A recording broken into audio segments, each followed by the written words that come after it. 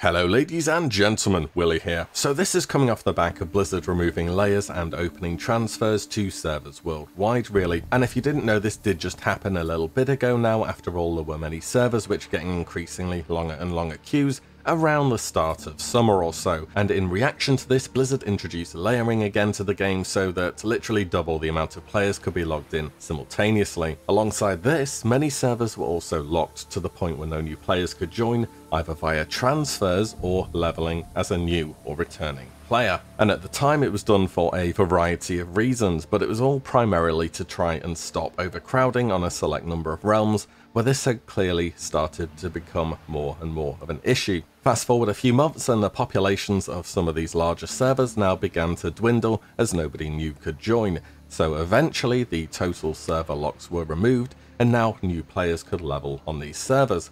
However, you could still not transfer. This did very little for the shrinking pool of players at endgame. In fact, at this point, many people are more or less now done with leveling and only have characters to transfer to different realms if and when they become available. And that if and when happened last week, with Blizzard lifting layers and locks from all servers. Now, there were certainly more than a few servers where this needed to happen, and there were others where it was clearly not a well thought out choice at all. On the biggest servers in each region, you probably just wanted to remove the transfer restriction but keep layering on so you can monitor how fast the population grows, and then remove layers if it's stable after a few weeks.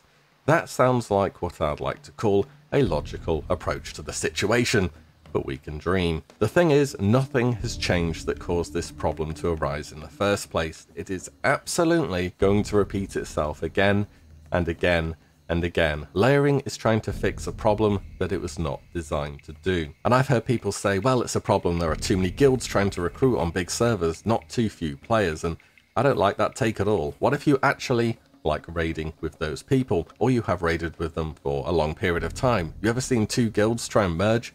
It's not as simple as 20 plus 20. One guild could have spots filled for certain classes, whilst the other has package deals if they're joining, or say your raid's missing 10 players one week and are recruiting, and you leave and go to another guild that's also recruiting.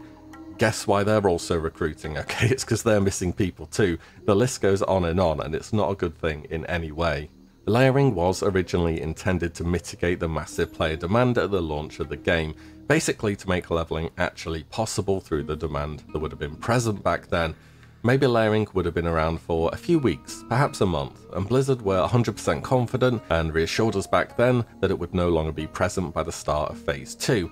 However, they have had to go back on their word here, and it was for the best overall. Since then, it's been flipped on and off numerous times as server populations ebb and flow. There are positives in layering for sure, chief among which is you can actually log in and play the game at more or less any time of the day, which is pretty good, I'd say. It creates more resources in the open world, which is a good or a bad thing, depending on who you ask, makes there more open slots for world farming, and makes there be more world bosses. Once again, could see that one either way really. Negatives wise, it makes the world seem a lot more empty, as simply people are just divided up everywhere, so there's less of those random encounters that you would have beforehand. It also allows you to dodge PvP pretty easily, whether solo or as a guild, though this doesn't affect every server, and to be honest, the amount of players whose main activity in WoW Classic is world PvP are a very small proportion. I think you need to have a bit of perspective that maybe people being able to log in is a bit more important than your Saturday night Silphus ganking session. But the root of the problem, no matter what, will always exist, because it's too late to fix it. There were too few servers at the launch of the game. EU PvP had 2, NA had 5, and OS, as per usual, got the shortest end of the stick and only had 1, that being Aragul, and it went from fine to layering being removed and it having queues that looked like something reminiscent from the start of the game. Very few people are going to opt into small servers these days. I think the majority of the players appreciate that having a larger population in an MMO is more or less always a good thing. It's just servers are too large, which is leading to this on and off with layering we have at the moment. Is Blizzard partially at fault here? Yes, too little servers at launch. Is it partially the players' fault? To a lesser extent, yes also. There have been free transfers off overcrowded servers, but they have only ever really been used en masse during Phase 2 to leave PvP servers. You can't really expect players to jump at the chance to move from a big realm to a dead one. it's just not realistic. And I know a lot of smaller servers say, oh, you know, we have a great community, very welcoming, and so on and so forth, and I can bet that's true at peak time. Other than that, I bet you'd have a bit more of a harder time getting stuff done in game. So then, TBC. TBC and the possibility of layering. Here's where I'm at. There are many overcrowded servers and they're not going to magically depopulate anytime soon. In fact, player density will become even more compacted during TBC. I'll go into reasons why soon. Layering was meant to be more of a temporary thing, but it's turned out to be more of a relief valve than a cure, because the root issue cannot be cured by layering. So layering should probably be rethought for TBC and be updated to a system that works better for the volumes of players that we have. First up, player density will be higher for a number of reasons. One, expansions are where big changes happen for rerolls or server transfers, not just for individuals but also for guilds who want to get onto competitive servers, be it for speedrunning in raids or PvP. And where are people going to want to transfer to? The big servers, of course. 2. New races, Draenei and Blood Elves. I think Blood Elves are going to sway many a player, both Horde and Alliance, to make a new start. Remember that Blizzard did poll a fresh start for TBC, but I am near 100% confident this won't happen because it would more or less become a monofaction game. Also, just so you know, paid faction changes were made available midway through Wrath of the Lich King. I think to preserve some semblance of faction balance, this should not be enabled in TBC.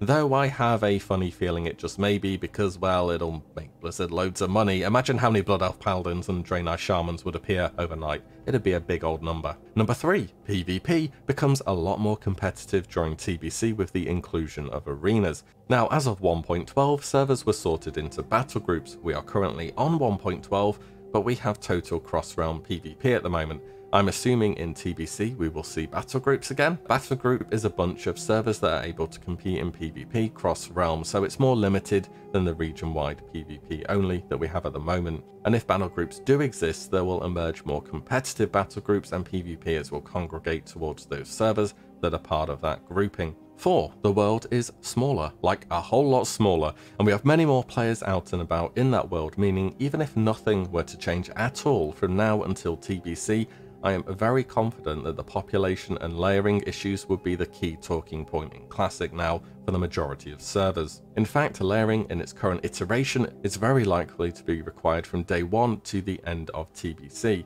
In my opinion, that's no good. Something else should come instead to replace it. So I've had a think about it, and I have an idea which does rely on just more than one conditional for sure, but it aims to address server overpopulation, queues, and faction balance all at once. Hear me out on it and then let me know what you think, okay? Because it involves use of sharding. Now, sharding, that's one of those retail words, I know, but I think it can be modified to do a better job than layering's doing. Layering is confined to only the server it is active on. There can be a dynamic number of layers depending on the size of a server's population. The number is determined by Blizzard manually, not automation. Your layer is determined upon login and can be changed by joining a group of a person on a different layer, with delays when engaged in PvP combat or trying to swap layers too frequently. Layering is rigid. The only way it changes is by your own interaction. Even now, most big servers had 2 layers before the recent changes, which was sufficient so far. Seeing as layering only applies to the server that it's on, it basically just serves to boost the server cap for the number of players active there, which without transfer locks will only ever go up. This is why layering was a short-term solution to hopefully a short-term problem. This puts long-term use of layering into a lose-lose situation. Have it on as the population goes ever higher and more layers would be eventually needed, or lock the server and have the endgame population gradually dry up. We've seen both happen and neither of them is ideal. Sharding is sort of like automated layering. When too many players enter a zone, the game creates a new shard, which functionally does the exact same as layering. New mobs, new resources in the open world, and so on. Shards can cover any particular area, but are usually just used on a zone by zone basis. On retail, sharding is active each region wide, and it was introduced at the start of Warlords of Draenor. There is also cross-realm zones. This sort of does the opposite of sharding a little bit by putting players on low population realms and empty zones onto shards with those from high population servers. This has been a thing since the start of Mists of Pandaria, and the goal of that is to make the world seem more populated. On the good side of this, it means that despite some retail servers having populations vastly higher than Classic, they never have queues. There are always people out in the world and the game is largely more stable. On the negative, it's absolutely against the social makeup of the way Classic goes. You see more names, but they're from servers and guilds that mean absolutely nothing to you. It prevents truly large-scale events ever happening if the threshold on the shard is set too low, and you can get randomly sharded midway through an activity sometimes, or have a gathering node disappear in front of your face as it's on the border of a shard. Then again, large-scale events don't really work anyway. It just becomes lag after you throw a few hundred people into a zone, so I'm not sure really how much is being lost if it's not playable in the first place. What if we could have some kind of medium between the two systems? There is no reason that sharding has to be region-wide, right? That's the bit people don't like about it mainly, I think. So here's the idea, or ideas, I should say.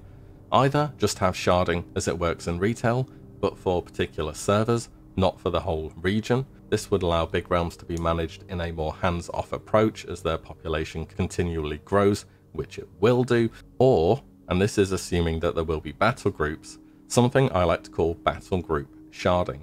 PvP pools should already be split between their battle groups. Why not do the same for the populations of the realms that are in those battle groups, and then use sharding tech to control a population in each zone throughout the game? This would mean you would see players from other servers in the open world, but it would be from a more restricted number of servers, and you would be seeing those same players in instance PvP encounters as well. I remember there being strong competition between servers from the same battle groups in PvP back in TBC. I can see that extending to servers too. I don't think it would go against the social structure of Classic. In fact, I think it fits it quite well and would build up new rivalries and inter-server drama even more so than we have at the moment. With sharding active, there shouldn't be a need for queues or server locks anymore, and there should generally be a more fair representation of factions across zones when you have a vastly larger pool of players to draw from overall between the total number of servers in the battle group. Very easily foreseeable issues are how to determine which servers and how many servers should be in each battle group. Blizzard has the numbers available to them and the populations, and they just keep botching layering. I mean, look at what happened to Aragorn just last week. The implementation of sharding in new zones, determining borders for it, and so on. I know people are going to bring up that this will take effort, and so they won't do it. Not more effort than layering took to implement or still maintain. We're playing on a Legion client at the back end. I refuse to believe they would not have the means to get sharding in fairly easily if they wanted to. That's the idea then. Think of it like this. Given the choice between either of those or potentially layers for the entire expansion, as well as this constant on and off with server locks, which one would you go for? Hit me up with what you think. It might be a bit of a long shot, but hey, let's at least talk about it. See any issues you think I'm missing, whether you would like this or whatever else it may be. Let me know, and I'll also do a poll to follow up as well. As always, thanks so much for watching, and I'll see you all in the next one very soon. If you like what you see, do give the video a like and subscribe, as there will be plenty more to come. Take care guys, and I'll see you in the next one very soon.